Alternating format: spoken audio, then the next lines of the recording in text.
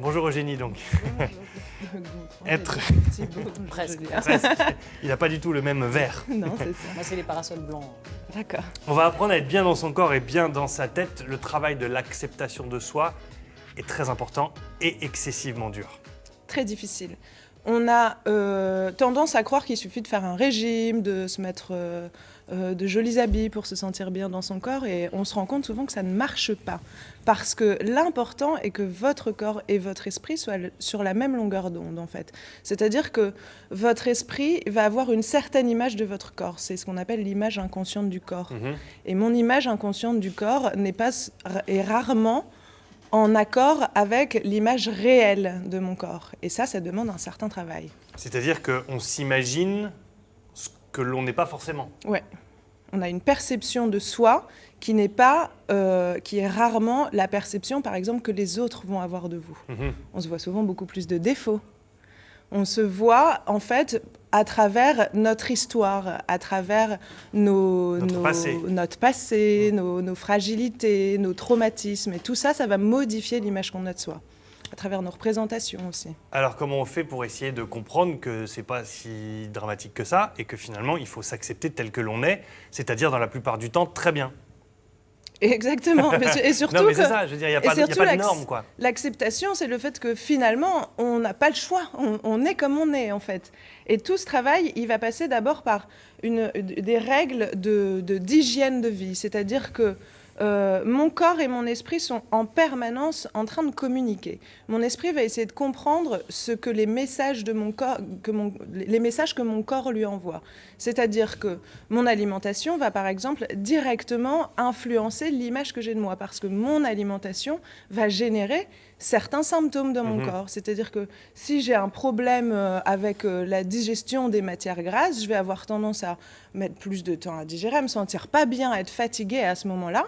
Et si je n'ai pas conscience de l'importance de mon alimentation sur les symptômes que ça produit dans mon corps, mon cerveau va juste penser que je me sens pas bien dans ma peau, que je suis pas bien avec moi-même, alors que finalement ça peut être tout simplement que mon régime n'est pas alimenté à mon métabolisme.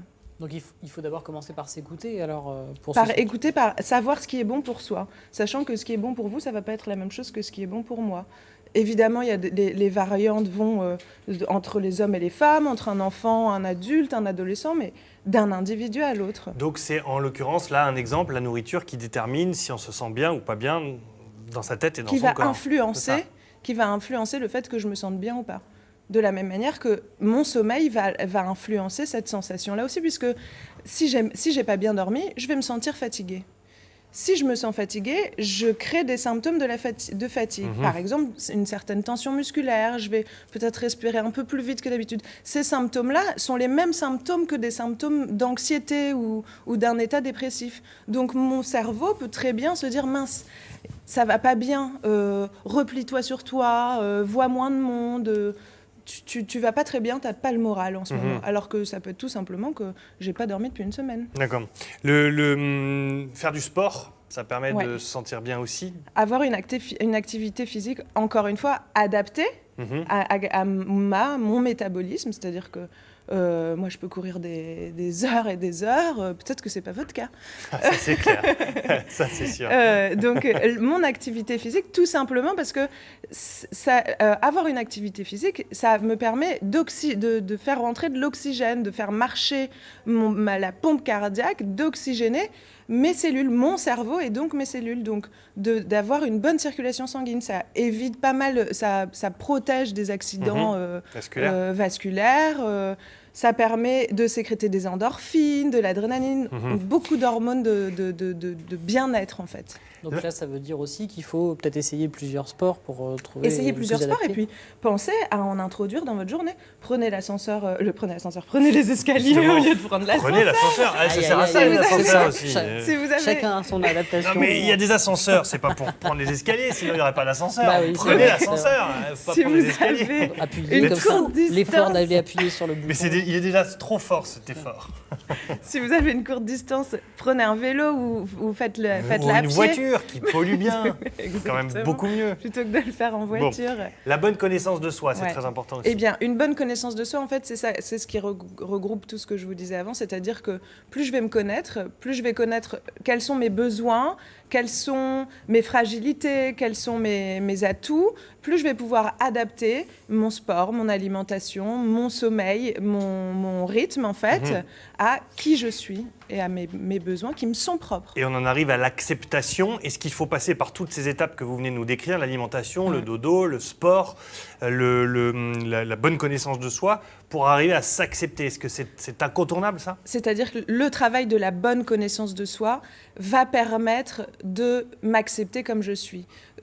Connaître mes antécédents familiaux et accepter que du coup c'est pour ça que je sais pas, par exemple, je ne digère pas très bien les produits plus gras, je vais arrêter de m'en vouloir et de m'acharner à essayer de manger des frites et à mal le prendre à chaque fois. Je vais me dire c'est comme ça, c'est tout. Je ne peux pas faire autrement. En revanche, je sais que je n'ai pas besoin de beaucoup de sommeil.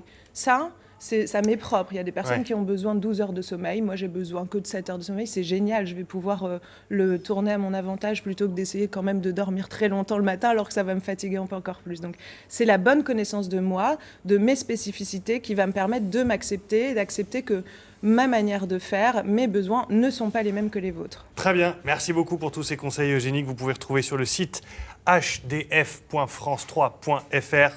Tous ces petits conseils détaillés dans l'ordre, avec les effets que vous verrez sûrement très vite arriver si vous les suivez.